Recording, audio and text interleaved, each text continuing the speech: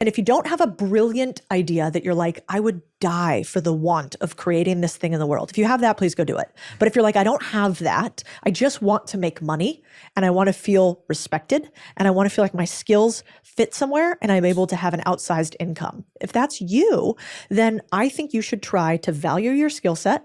Then you should try to negotiate for an upside deal with somebody. And you should try your hand at this game called ownership, which is where you say, hey, small business, I know how to market. Can I help you market at the side while I'm working on this company?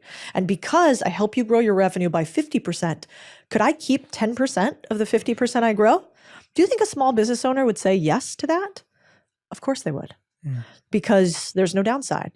And I think more often than not, we think that the only risk you can take in making money in business is putting your own cash down. That's a risk. Or starting a business, aka dedicating your life to something. And the last part I'll get a little statistic on us is 90% of startups fail inside any rolling 10-year period. We know that statistic. Most startups make $0 for the first 3 years. After that, the average entrepreneur makes about $46,000 a year, which is great, but not when you've been making zero for 3 years. And then on top of that, we've got this nation of people who have all these bills to pay, and they are betting on hopes and dreams as opposed to realities. And so my commentary is, can you figure out how to value your skills so you can negotiate a little bit more upside for that day where you can't work anymore? Yeah, definitely. Yeah. I'm so happy to hear such smart, honest advice, because I do think you're so right. For so long, we keep telling everyone follow your passion, just quit your job, jump over. And, it's hard because like you said, that business may not work. Your skills may be better off here. You might not be an entrepreneur. You might be someone who's going to work with an entrepreneur and build.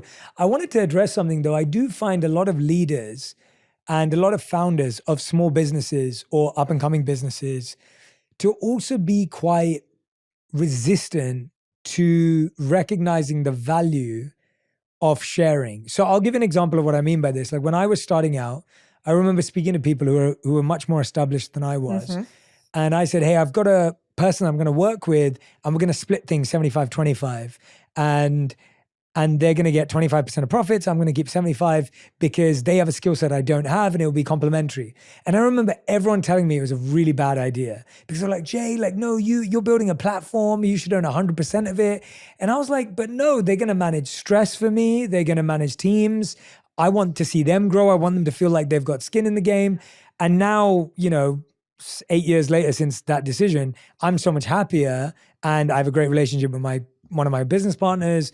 We have a great relationship. He's as invested as he was then. Yep. Things have grown really well. And I'm like, the people that were trying to hold on to that last 5 to 10% actually haven't grown. And so it was really interesting to me though, that I see that again and again and again, where even founders and new leaders are actually scared of parting with something.